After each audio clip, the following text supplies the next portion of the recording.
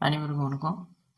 இந்த பதிவில் நம்ம இதை பற்றி பார்க்க போகிறோம்னா, பில்லி, சூனியம், ஏவல், சேவனை இதில் பாதிக்கப்பட்ட அதை எப்படி நம்ம திருப்புறது அப்படின்றது பார்க்கலாம்.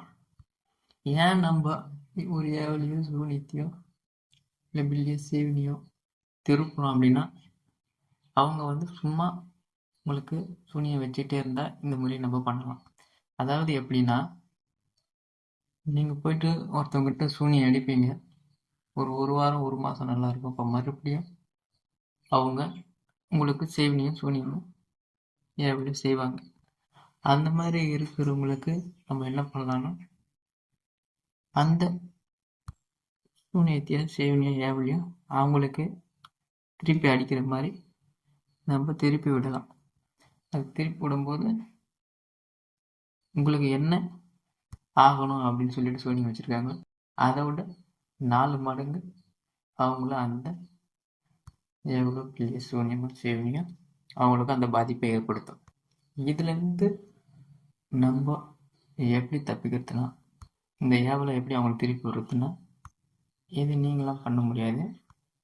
இது மந்திர முறை, எந்திர முறை, மைமுறைகள் இருக்குது. ஒரு குடுவை கட்டி அதில் எந்திர மந்திர மொழிகள் வச்சு அதை திருப்பக்கூடிய ஸ்டைலை செய்துட்டோம்னா, அதை நீங்கள் உங்கள் வீட்டில் வச்சு ஒரு ஊதுவத்தியோ கற்பூரமோ ஏற்றி வழிபடும்போது உங்களுக்கு எந்த ஒரு செயல்களை செய்தாலும் அதனுடைய பாதிப்பு உங்களுக்கு வராது, அவங்களுக்கே திரும்பி போயிடும். அப்படி இல்லை, அவங்க நல்லா இருக்கட்டும் பரவாயில்ல அப்படின்ற நிறைய பேர் இருப்பாங்க. சில பேர் சொல்லுவாங்க, சூனி வச்சாலும் பரவாயில்ல சாமி, அவங்க நல்லா இருக்கட்டும் அப்படின்னு சொல்லுவாங்க. அதுக்கு நீங்கள் என்ன பண்ணலாம்னா, அதாவது சூனியமோ சேவனியோ எவ்வளோ அந்த விஷயம் ஸ்தம்பித்து போயிடும், வேலை செய்யாது. அவங்க என்ன செய்தாலும் வேலை செய்யாது.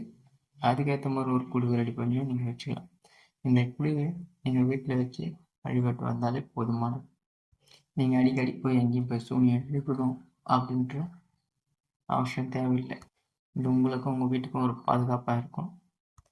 இதனால் எந்த ஒரு பாதிப்பும் உங்களுக்கு ஏற்படாது. இந்த பில்லி, சூனியம், ஏவல் இதை பற்றி பேசணும்னா நிறைய பேசலாம். இது ஒரு பெரிய டாபிக்.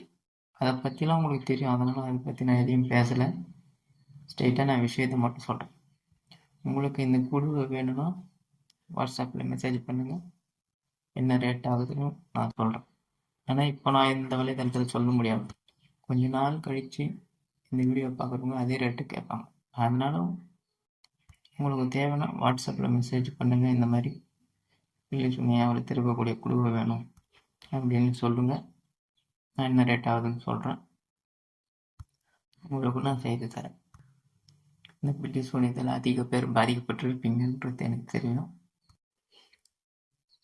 உங்களுக்கு குழு வேணும்னா வாட்ஸ்அப்பில் மெசேஜ் பண்ணிக்கோங்க. ஏதேனும் டவுட் இருந்தாலும் கேளுங்க. நன்றி, வணக்கம்.